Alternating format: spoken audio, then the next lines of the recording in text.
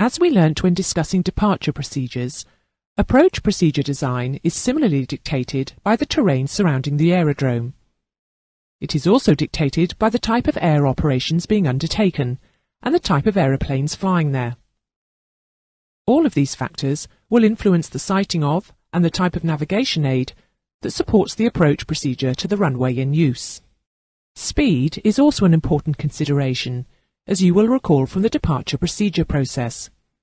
The critical speed is the speed at which the aeroplane crosses the threshold of the runway, VAT, but other speeds have important implications. The table shown here relates speed to category of aircraft, to allow you to determine the correct speed for your instrument approach.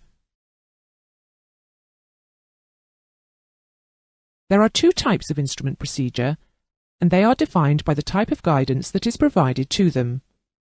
These are the straight-in runway approach and the circling aerodrome approach.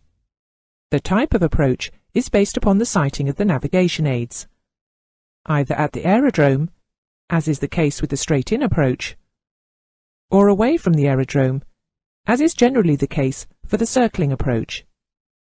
These approaches can be further subdivided into precision and non-precision approaches, to which we will now turn our attention.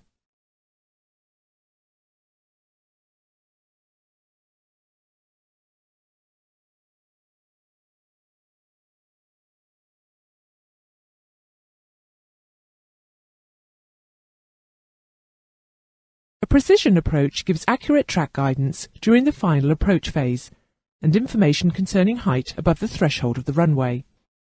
In precision approaches, external equipment is required for it to function, but by accurately flying the required track and glide path, the aeroplane is kept within the protected area, ensuring terrain clearance throughout the procedure.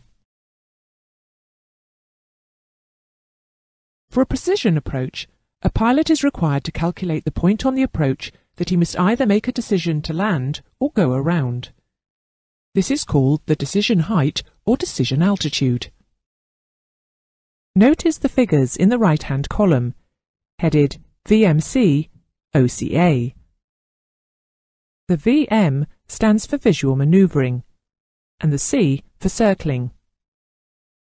These are the figures, therefore, if you want to use this approach, not as a straight-in for runway 08, but to circle the aerodrome for a different runway, the circling approach.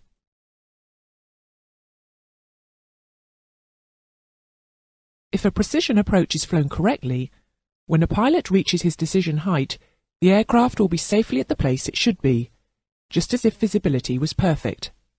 From this point in the approach, the landing will be continued to touchdown visually. This portion of the approach is not VFR, it is completing the IFR procedure visually. Except where blind landing equipment is fitted, a precision approach will lead to a visual final approach and touchdown. To accomplish this, a minimum RVR and visible runway centerline is required. The use of increasingly accurate technology, specifically ILS and FMS systems, has meant that this visual element to the precision approach is being reduced to its minimum. ILS systems are categorized by accuracy of operation, and this results in a specified decision height or altitude and minimum RVR requirements. Both ICAO and JAR have their own defined systems, but we will teach the universal ICAO requirements. You can see from the illustration the differing categories apply to decision heights.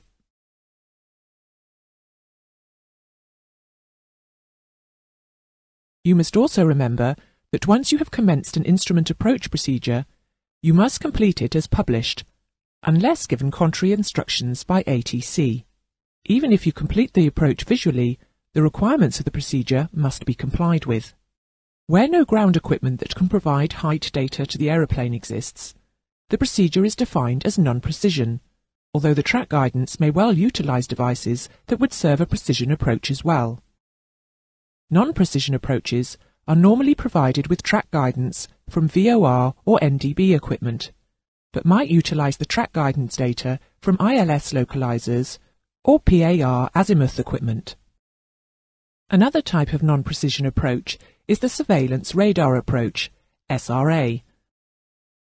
This is a non-precision approach, usually to a runway, whereby the air traffic controller provides azimuth and distance information, along with suggested altitudes, to maintain a 3-degree glide path.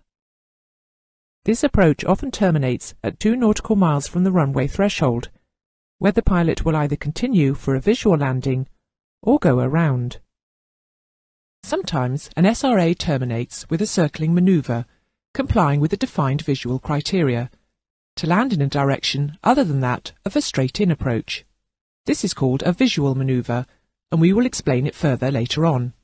You must not continue an instrument approach beyond the outer marker fix in the case of a precision approach, or below 1,000 feet above the aerodrome in the case of a non-precision approach, unless the reported visibility or controlling RVR is above the specified minimum. If, after passing the outer marker fix on a precision approach, or descending below 1,000 feet on a non-precision approach, the RVR falls below the specified minima, the approach may be continued to DH or A, or MDA or H, but you must not continue beyond a point which the limits of the operating minima specified for that aerodrome would be infringed.